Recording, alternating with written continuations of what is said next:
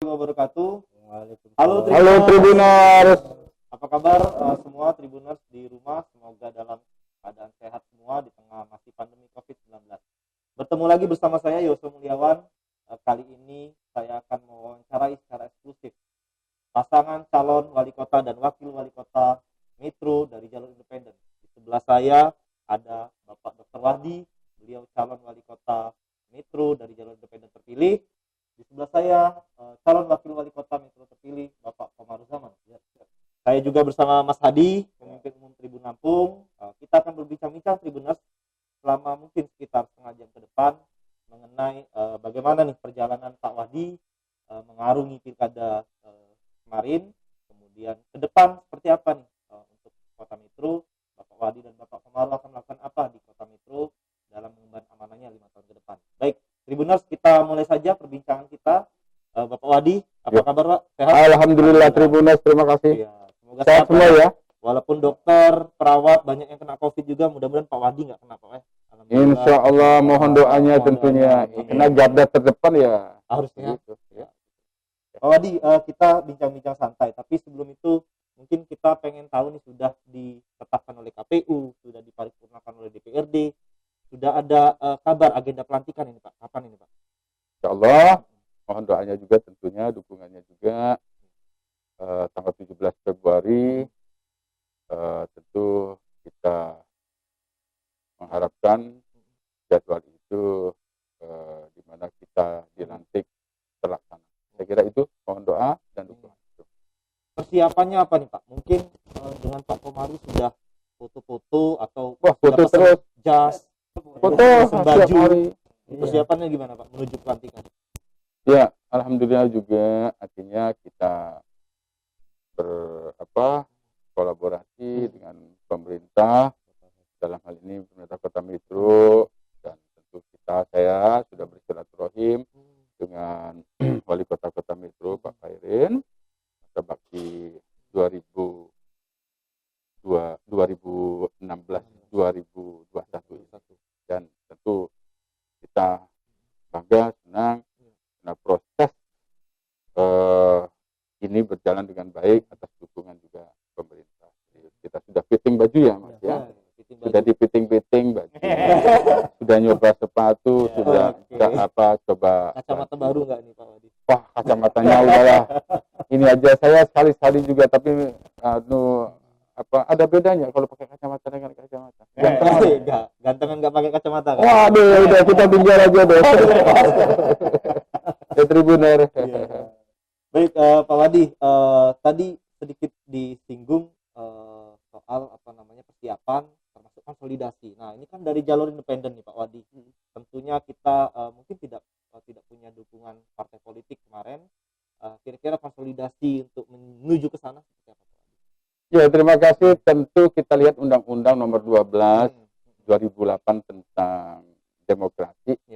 Maka muncullah di situ independen. Kenapa? Memang independen itu yang saya sampaikan bahwa aktualisasi demokrasi yang munculnya dari rakyat. Dan tentu kalau kita bicara dukungan sangat berbeda konteksnya. Kalau mereka teman-teman dari partai itu kan yang muncul sebagai perwakilan dari elemen-elemen gitu. Maka kedepannya kalau konteks saya sih konsepnya ya yang namanya kepala daerah itu memang harusnya dia muncul betul-betul dari rakyat. Tapi kalau keterwakilan DPRD dalam hal ini kan keterwakilan, dia memang harus muncul. Nggak ada DPRD independen kan yang muncul. Nah itu pertama. Ya, yang kedua tentu yang saya sampaikan bahwa kita ini adalah representasi daripada korporasi pelaksana pemerintahan. Dan tentu kita ingin itu berjalan tata kelolanya dengan baik. Maka itu yang disebut sebagai good corporate governance. Siapa? Eksekutif. Saya dengan Pak Komaru tentu harus menjalankan tugas sesuai dengan tupoksinya, kewenangannya. Bisa menempatkan diri antara saya dengan Pak Wakil. Porsinya ada masing-masing. Sama juga dengan tentunya dengan aparatur di bawah yang kita pimpin ini. Bagaimana juga hubungannya juga dengan legislatif. Legislatif itu seperti kita punya fungsi legislasi, fungsi pengawasan, anggaran, budgeting dalam hal ini. Saya kira porsinya sudah jelas, termasuk dengan yudikatif. Nah, saya sampaikan kalau kita sudah mencapai good corporate governance, artinya 3 komponen ini baik, maka civil society yang akan melihat. Sebenarnya begitu kan? Elemen-elemen teman-teman ini adalah bagian dari civil society. Juga masyarakat, organisasi-organisasi, ya.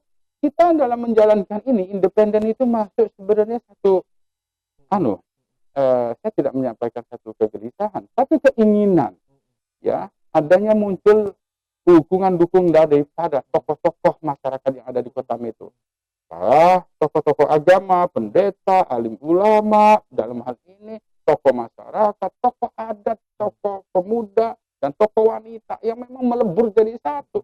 Maka tentu ini pergerakan yang sangat hebat sekali kalau kita bukan dari incumbent, kita memang muncul-muncul. Saya adalah ASN 26 tahun, Pak Komaru ASN 29 tahun, saya masih 13 tahun lagi pensiun, Pak Komaru 1 tahun, dan kita memang berniat betul. Kita adalah anak-anak Metro yang cinta Metro ya Mas ya.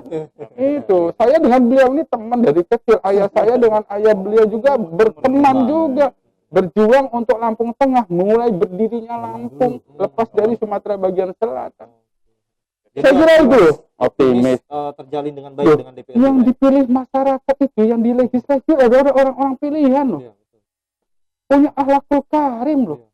Mereka ingin membangun Kota Metro bersama. Kita adalah check and balance dalam hal ini. Saya kira yakinlah, ya nanti teman-teman tentu dalam hal ini sebagai civil society-nya kan ikut melihat, ya. Tribuners, Pak Wahdi dan Pak Komaru maju dari jalur independen, dan ini menarik, dari jalur independen bisa menang melawan 3 calon lain Pak ya. Di Metro paling banyak calonnya 4 calon. Bukan menang sih sebenarnya. Terpilih lah gitu. Nah Pak Wadi, mungkin bisa sedikit berbagi dengan Tribuners. Triknya apa sih Pak Wadi bisa menang dari jalur independen? Kalau kita tahu kan Pak Wadi dokter, kemudian punya rumah sakit, ada juga taman rekreasi dan lain sebagainya. Mungkin bisa berbagi seperti apa sih kemarin Pak Wadi sosialisasi politik? Terima kasih. Pertama kali saya sampaikan niat aja dulu lah.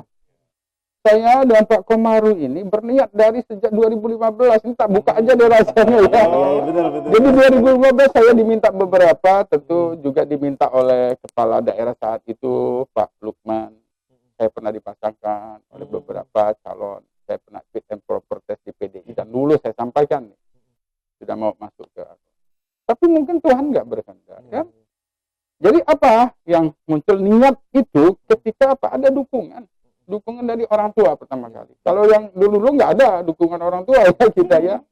Kebetulan ibu saya masih sehat, ayah saya sudah meninggal. Kalau Pak Komaru sudah meninggal semua orang tuanya, maka beliau anak yatim piatu, saya anak piatu. Tribuner. Jadi kita lanjutkan ya begini ya. Niat dulu semuanya. Yang kedua, ya tentu harus melihat diri kita. Kemampuan, ojo ngawur, gitu. Apalagi independen, percaya deh.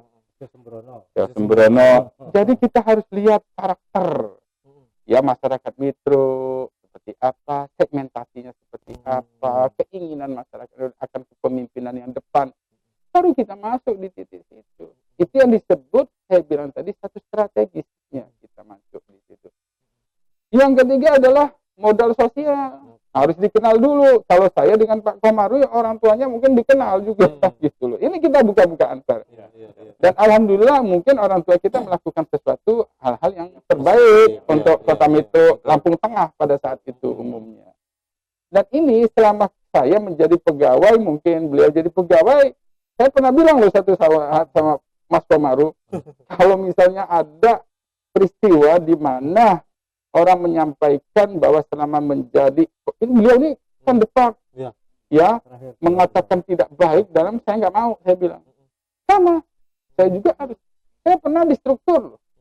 Jadi integritas itu penting sekali, membangun integritas. Saya hadirkan ke masyarakat integritas, itu yang ingin. Jangan sampai masyarakat kita berikan sesuatu yang tidak baik. Saya harus yakinkan kepada masyarakat bahwa saya dengan Pak Komaru punya nilai perjuangan untuk kotanya, kota yang kita cintai. Dan saya kira membangun silaturahim ini penting sekali. Silaturahim, saya membangun silaturahim dengan tokoh-tokoh yang saya sampaikan, tokoh agama, pendeta, Buddhis, kemudian sampai Hindu ya. Kita juga tentu mohon izin. Saya dengan Pak Komarudin itu izin dibayar di 2 masjid loh. Ya, di 2 masjid yang dari organisasi besar. Kami ini melangkah begitu. Iya, nggak main, kita nggak sebut lah. 2 organisasi keagamaan besar di sini merestui kami dan dibayar di bayat mihrab. Itu langkah. Jadi punya kekuatan itu dari, dan masyarakat mendukung penuh. Sampai sekarang relawan kami itu masih utuh betul. Nah, harapan ke depan saya kira dengan membangun seperti ini ya, dengan saya sampaikan tadi ya, insya Allah lah. Itu saya kira Tribuner yang paling penting, tetap bagaimanapun juga yang kita mau lihat itu ke depan, bagaimana kita bisa membangun bersama dengan 3 komponen corporate governance tadi itu dengan civil society yang harus dilakukan. Itu yang paling penting saya kira. Nah, Pak Wadi, apakah itu kemudian memudahkan Pak Wadi nih? Pak Wadi punya ada rumah sakit, kemudian ada taman rekreasi seperti ini. Pak Wadi juga punya di Metro punya hotel. Apakah itu kemudian memudahkan proses sosialisasi, pengumpulan KTP kemudian kemarin itu seperti apa Pak Wadi? Tentu sekali yang saya bilang tadi modal sosial. Ya, alhamdulillah. Jadi ketika saya kembali ke tanah air kota yang saya cinta itu, saya membangun rumah sakit khusus ibu dan anak. Dan rumah sakit ibu dan anak AMK itu adalah rumah sakit pertama di Lampung yang mengkhususkan diri untuk ibu dan anak. Sesuai dengan profesi saya, maka saat ini saya membuat Jamapai namanya, jaringan masyarakat peduli anak dan ibu. Saya kira itu juga modal sosial. Sama juga, saya sudah sampaikan, saya dulu bertugas di puskesmas sangat terpencil, tidak pernah narik biaya untuk berobat. Saya taruh aja kaleng, ya tak tulis di situ, seadanya silakan. Sama juga mungkin saya kepingin begitu. Nah, hanya tentu proses ke depannya. Kalau di sini pertanyaannya orang datang betul, orang datang kemudian menyerahkan dukungan KTP. Ya tentu orang datang di sini, saya punya halaman rumah di sini, alhamdulillah ada kolam renang ya. Ada water park dan water boom dengan taman wisata. Ya silakan, karena itu tamu saya. Jadi saya hargai adalah relawan saya, tamu-tamu saya yang datang. Ya begitu ada tamu seperti ini kan kita suguhi walaupun ala kadarnya gitu kan. Saya kira gitu aja, enggak terlalu anu lah. Ya, saya kira ini adalah usaha kerja manusia. Selain dia niat pada Allah, niatkan dulu tadi usahanya. Ya, bagaimana silaturahim dijaga, soliditas dijaga. Yang paling penting adalah apa? Terakhir itu ada pergerakan. Manusia itu harus bergerak. Ya, ada ketepatan. Manusia harus tepat. Ada ketepatan, dia harus lihat. Maka ini harus dipelajari sepenuhnya. Ya, sama ketika berakhir perhitungan suara. Kan kondusif Metro. Ya, itu harusnya jadi analisa teman-teman juga. Kenapa sih independen dalam ini bisa sekali dalam waktu sekian? Betul. Orang tidak tahu. Dan alhamdulillah dengan yang adem ayam lah pokoknya, adem ayam banget. Ini hebatnya nih Metro nih. Ya. Tribuner, contoh nih, belajar dari Metro nih, orang-orang Metro. Ya, kita berterima kasih kepada sahabat kita yang paslon nomor 1, nomor 2, nomor 3, nomor 4. Berbesar hati semua, nggak ada masalah apa-apa. Dan saya yakin kita akan membangun Metro bersama. Amin. Nah, Pak Wadi, kenapa nih milih Pak Komaru? Saya kira nggak cuma karena teman lama lah, mungkin nanti Pak Komaru. Ya enggak, teman lama. Apa nih Pak Komaru? Milih Pak Komaru. Pertama kali kita rasa gitu. Maka ketika sudah kita mendapat dukungan suara, saya telepon beliau. Ya. Halo, Mas Komaru. Jenengan kudu melu tanggung jawab loh. Saya bilang gitu. Biasanya kepala kandepak itu teleponnya sering diumpeti. Oke. Sekarang ini zaman gitu. Telepon saya terbuka terus. Iya. Ya. Tiba-tiba nyambung loh. sekali telepon itu saya angkat nyambung, saya bilang ayo ndang ke pulang ke Metro, saya bilang. Kan beliau saat itu menjadi kepala kantor agama Kota Bumi. Masih Pak Wadi sendiri ya? Masih pergerakan awal itu mulai dari September ya, kita 2000. bergerak. Iya bergerak. 2019. Kita bergerak semua. Ya, mereka-mereka yang mendukung kita bergerak sambil dapat perolehan suara. Masyarakat full di situ. Ada beberapa tentu yang saya tidak mau sebut karena saya tidak mau membawa nama organisasi tentunya kan dalam hal ini yang memang menjadi satu bagian dari perjuangan kita. Telepon bla bla bla bla bla, daftar KPU selesai. Berjuang bersama. Dari subuh sampai ya jam 10 malam berbagi. Jadi kita itu berbagi minimal satu hari 10 kunjungan titik. Minimal itu. Pernah 20 ya. Kalau 10 20. Ya, ngisi pengajian. Ya, ngisi pengajian jadi khotib. Saya mulai dari awal situ jadi khotib sampai enggak pernah kosong. Dalam Pak Komaru juga jadi khotib itu. Jadi pendekatan kita turun juga dengan teman saudara-saudara kita dari umat beragama lainnya. Kita berkomunikasi bagaimana kepemimpinan ke depan, apa yang diinginkan pada pemuda-pemuda, pada wanita-wanita. Kita bicara. Jadi nggak usah berteori, tanya aja pengennya apa, ada gitu. Kalau teori gampang Mas dipelajari, ya. Kalau prakteknya, implementasi aplikasinya yang susah. Ya, jadi kalau memang sudah tahu lama, klik dan kemudian juga background beliau di sama deh. Kalau dari keluarga saya kira ayah saya dan ayah beliau itu teman dan berjuang untuk Lampung Tengah. Jadi ayah beliau juga anggota DPRD Lampung Tengah 3 kali. Ayah saya juga sekda dari 3 bupati. Jadi pernah pelaksana harian bupati Lampung Tengah, dan untuk Lampung Tengah, untuk seluruh Lampung keseluruhan memang ayah saya adalah juga pegawai yang taat dengan atasannya, jadi Kiflahna pun ditugaskan ikut sama dengan ayah beliau. Ya, kita tidak membawa nama orang tua, tapi makanya di belakang nama kita juga nggak ada nama ayah saya, beliau juga. Kita ingin, tapi ini paling tidak menjadi pedoman kalau kami melakukan sesuatu tentu harus mencontoh yang baik. Orang tua kami ya Mas ya, mencontohkan hal yang baik. Ya, saya kira kita kepingin juga, kita malu ya Mas ya. Nek umpamanya kita tidak berbuat baik, apalagi harapan kita. Maka saya pikir ini yang paling penting, landasan kita orang tua juga menjadi menjadi sebagai pengingat kita, selain mendorong pengingat kita. Gitu. Kenapa? Suri teladan itu banyak diberikan oleh orang tua kita, guru-guru kita. Ya, saya kira itu yang paling penting. Pendidikan saya juga, guru-guru saya mengajarkan hal-hal terbaik buat saya.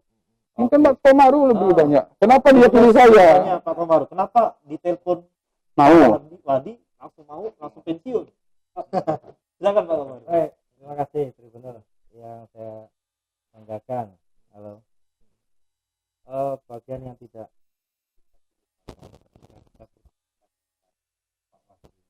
yang begitu serius untuk minta saya mendampingi dia, karena kita komunikasi cukup sudah kenal lama, sudah sangat lama kita.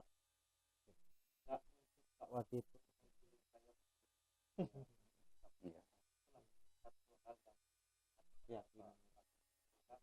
saya tertarik ya.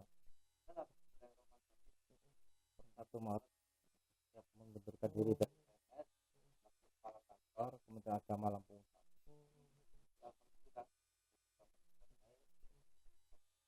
Bismillah yuk. Saya kira itu. Mudah-mudahan kedepannya tetap ya itu yang paling trust.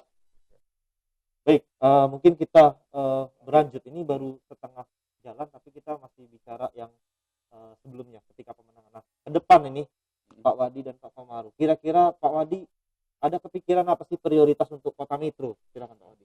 Pertama kali kita pahami genetiknya Kota Metro ini, saya ya sering sampaikan bagus, baik. Kalau kita bicara gen, itu bermiliar-miliar pokok kehidupan fitrahnya gitu. Hanya gen ini menjadi rusak oleh kenapa? Masalah-masalah yang berhubungan dengan apa? Pengaruh-pengaruh keduniawian dan sebagainya. Kalau kita bergerak pada titik itu, saya kira selesai urusan. Maka kita punya visi. Jadi visi kita adalah menuju kota metro berpendidikan. Kata kita tambahkan berpendidikan. Itu adalah keinginan, ya, yang dia bersifat edukatif, bukan memperbanyak fasilitas. Kenapa? Kami menganggap, saya juga seorang dosen. Saya dosen Fakultas Kedokteran Unila. Saya mengajar juga di pelatihan-pelatihan, ya. Termasuk juga saya melatih adalah pelatih di pendidikan dan pendidikan kesehatan dan strategic leader dalam kepemimpinan. Saya pikir itu yang paling penting sekali yang kita harus lakukan, ya. Maka munculnya kita kepingin pendidikan di Kementerian itu sifatnya edukatif. Kenapa? Belajar itu harus dengan guru kenyataannya. Kita akan membentuk center of excellence nanti. Semua orang akan belajar ke metro. Kenapa? Metro adalah penggawanya karena genetiknya bagus. Yang kedua ke dalam bidang kesehatan. Jadi kita kepingin sehat sejahtera. Kalau kita sudah bicara sehat, sosial yang paling penting. Tidak hanya jasmani dan rohani, tapi sosialnya. Hubungan kita ini sosial istilah itu. Kita ingin membangun. Makanya saya bilang tadi, kalau pertanyaannya apa yang dikhawatirkan, kita sekarang sehat. Yang nggak pandai bersosialisasi itu nggak sehat namanya. Ya, kita nggak pandai bersilaturahim. Dan tentu kepingin masyarakat itu sejahtera. Jadi infrastruktur. Kalau infrastruktur itu ya Mas ya, yang harus dilakukan, kewajiban. Tetapi membangun sumber daya manusia coba. Kita ingin bangun sumber daya manusia, keinginan kita bersama berbudaya. Bagaimana keinginan kita dalam proses pendidikan itu ada nilai-nilai budaya. Dalam membangun ada nilai-nilai budaya, akhlakul karim. Dalam menjalankan pemerintahan tentu yang 3 provinsi tadi, eksekutif, legislatif, yudikatif itu harus berbudaya. Ya, berakhlakul karim. Yang paling penting saya kira itu yang konteks yang kita ingin bangun sehingga nanti tentu selain pembangunan sumber daya manusia adalah infrastruktur. Bagaimana metro ini genetiknya bagus lagi.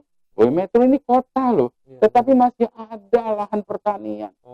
Yang harus kita pikirkan juga bagaimana menjaga keseimbangan dalam proses pembangunan tadi. Ya, keseimbangan dengan lingkungan yang berkelanjutan tentunya juga. Maka besok di sini akan menjadi satu center ya dari agrobisnis, agroekonomi, perkembangan kayak gitu. Jadi metro ini yang masyarakatnya memang sudah paham. Ini adalah Belanda loh dulu. Satu bukan kita tapi sudah dikreat demikian. Ya, aliran sungai 2 besar. Batanghari, Sungai Seputi, tambah Bunut, ada Tegi Nenengnya. Yang sudah dikreat memang demikian bagus. Hanya kita ini jangan sampai merusak. Kita bersyukur nggak ada sumber alam yang dikerok. Berapa daerah kita yang hancur nggak karuan. Yang mau kita ingin bangun bagaimana kekuatan masyarakat ini malah menanam, memperbaiki buminya, ya terutama kotanya. Baik, nah Tribuners, di kota metro ini seperti halnya di kota Bandar Lampung tumbuh komunitas-komunitas. Jadi seperti yang dibilang Pak Wahdi tadi, civil society-nya cukup menarik, cukup dinamis. Kira-kira Pak Wahdi ke depan untuk pelibatan proses pembangunan, apakah civil society, komunitas-komunitas ini juga akan terlibat dalam pembangunan di kota metro? Silakan Pak Wahdi. Tidak mungkin kita berdua ini bisa membangun. Sama saja ketiga tadi, ya nggak mungkin. Ini negara demokrasi yang tentu juga harus, yang saya kira munculnya dari bawah. Kita butuh ya elemen-elemen organisasi masyarakat yang tadi itu ingin membangun, punya akhlakul karimah, punya konteks pembangunan ke depannya dengan baik. Ya kita lihat di metro ini hebat-hebat. Sekali lagi, kita lihat, saya sudah banyak berhubungan dengan pemuda-pemuda di sini, ya kreatif-kreatif. Saya kira ini modal besar dalam proses pembangunan kita. Anak-anak muda itu adalah modal besar dalam pembangunan Tribuner. Jadi jangan lupa, belajar terus, hebat, kreatif, inovatif, dan visioner. Kedepannya gitu. Nah, gitu dong. Baik, Tribuners, semakin menarik perbincangan kita. Nah, tapi ini kita lagi-lagi karena kondisi pandemi COVID, kita masuk ke perbincangan soal pandemi COVID. Kira-kira pandangan Pak Wadi soal perkembangan COVID di Kota Metro, kemudian penanggulangan ke depan untuk di Kota Metro ketika Bapak Wahdi nanti resmi memimpin seperti apa? Silakan Pak Wahdi. Dalam kehidupan keduniawian ini, nanti dilihat di salah satu surat Al-Qasas, pada masanya itu akan memang ada masanya kehidupan. Yang kedua, Tuhan itu menurunkan penyakit berserta obatnya. Ada obatnya. Iya.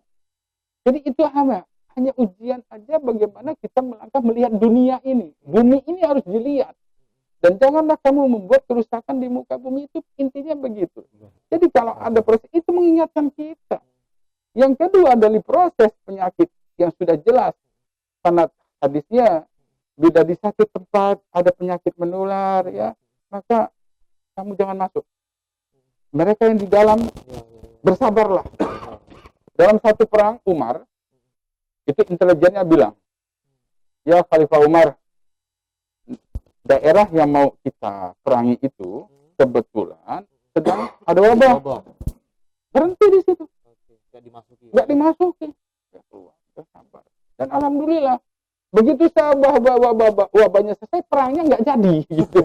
Ada hikmahnya. Ada hikmah sama kita. Ketaatan hukum saya kira. Pemerintah harus melakukan itu. Bahwa masyarakat itu yang paling penting taat hukum juga. Ya jangan sampai ada regulasi kebijakan tentang COVID-19 yang masih dilanggar. Ya, yang paling penting jaga imunitas. Jadi ada vaksin kita sudah. Pemerintah kita itu sudah menyediakan, beli anggarannya banyak itu. Ini yang harus tugas kita, ya, para stakeholder nanti bagaimana menjaga vaksin itu tetap baik. Ya, memang saat ini baru mampu untuk tenaga kesehatan. Kenapa tenaga kesehatan? Karena dia garda terdepan. Kita lihat kurang lebih 360 tenaga kesehatan meninggal dan semuanya adalah penderita COVID, termasuk guru-guru besar saya juga ya dalam hal ini. Orang Arab, aset terbesar adalah tenaga kesehatan. Produksi dokter itu 1 tahun itu menghabiskan biaya sangat besar sekali. Maka harus jaga sama tenaga kesehatan lainnya. Sulit dokter itu bekerja, tidak ada perawat, tidak ada bidan, maka itu kolaborasi itu harus dijaga betul-betul. Pemerintah harus melihat dulu vaksinasi akan berjalan dengan bagus, ya, sistemnya harus dilakukan dengan baik, tenaga kesehatan juga harus dipikirkan bagaimana efek samping dan sebagainya. Jangan nanti kalau disuntik ada masalah efek samping tenaga kesehatan yang dikelirukan. Saya kira tidak. Hal ini tentu harus ada kebijakan ke depan lainnya. Ya, jadi itu sesuai dengan proyeksi kita adalah vaksinasi untuk membentuk imun kita, selain kita membentuk imun sendiri. Jadi imunitas itu bisa muncul imun kita sendiri. Ya, imun kita itu bisa ditegakkan dari pola hidup yang baik.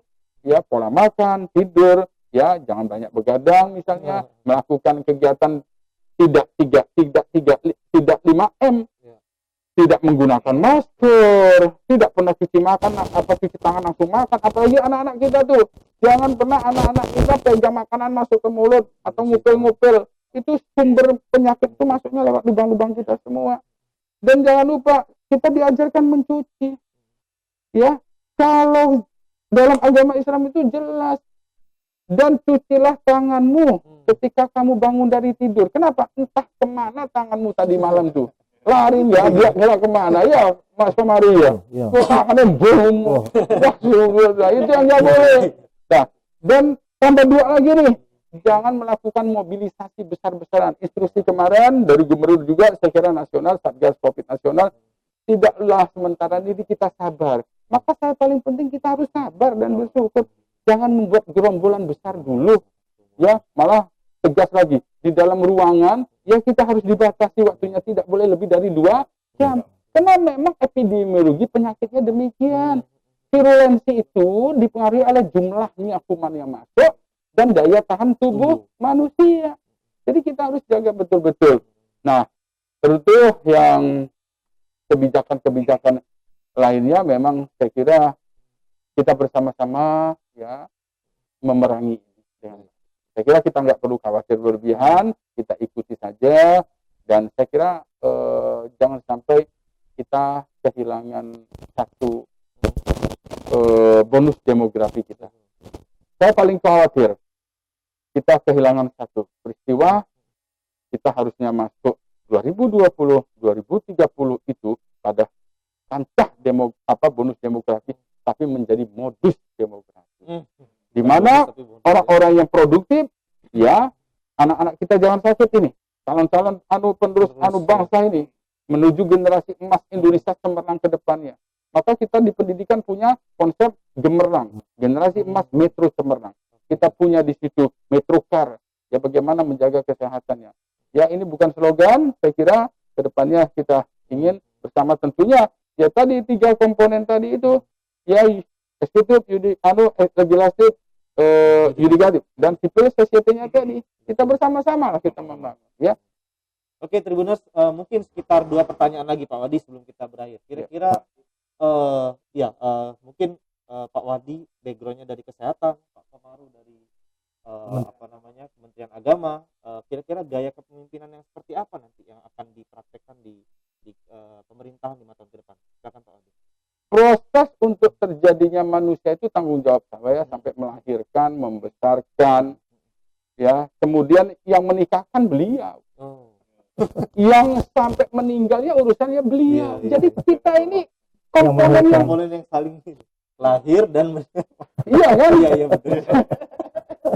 Kalau kita lihat ya 3 periode ini sebenarnya pemerintahan Kota Metro itu orang kesehatan semua loh. Mulai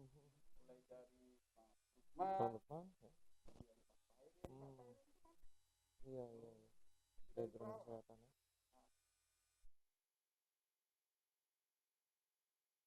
kalau Pak Lukman itu dari administrasi. Ya.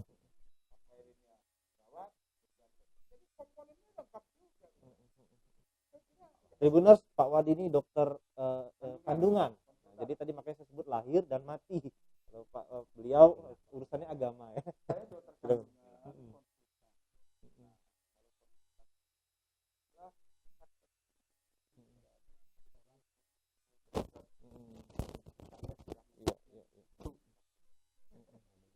Baik, nah mungkin Mas Hadi terakhir.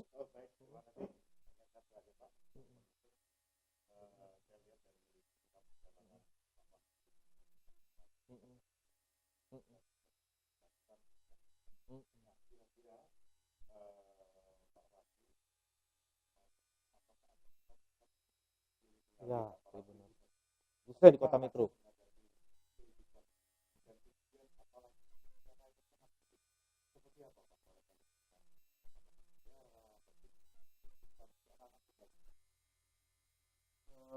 Pada saat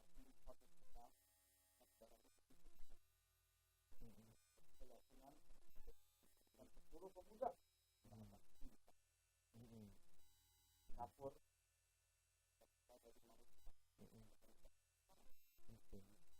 berat, namun ada pemudanya ya, yang dia pakai narkoba, yang dia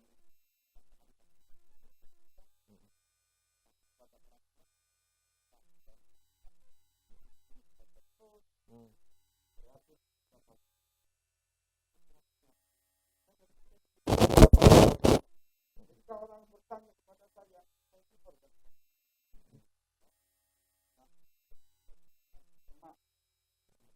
Gunung, Kita alam. Jawa Tengah. Kalau di organisasi Putra,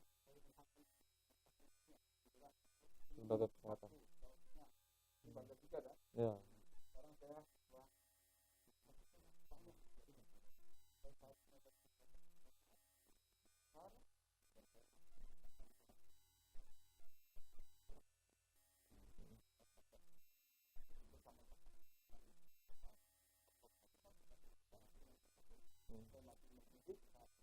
saya kira itu paling penting sekali ya. Jadi Komisi Demokrasi tadi para milenial ingat Komisi Demokrasi itu diharapkan untuk tembus langit jangkau tembus bumi jangkau dengan apa? Dengan tadi ya punya kita jaga Nah, oke. Baik. Ya, kita sampai di penghujung acara Tribuners. Terima kasih Pak Wadi, terima kasih Pak Komaru sudah berbincang-bincang, berbagi dengan Tribuners. Kita tadi banyak mendapatkan manfaat dan kita juga tahu juga seluk-beluk bagaimana Pak Wadi dan Pak Komaru tadi mengarungi pilkada dan visinya kira-kira ke depan seperti apa. Mungkin itu Mas Adi, kita pamit Tribuners. Terima kasih sekali lagi Pak Wadi, Pak Komaru, dan Pak Adi Tribuners. Baik, saya tutup. Assalamualaikum warahmatullahi wabarakatuh. Waalaikumsalam warahmatullahi wabarakatuh. Ya pun.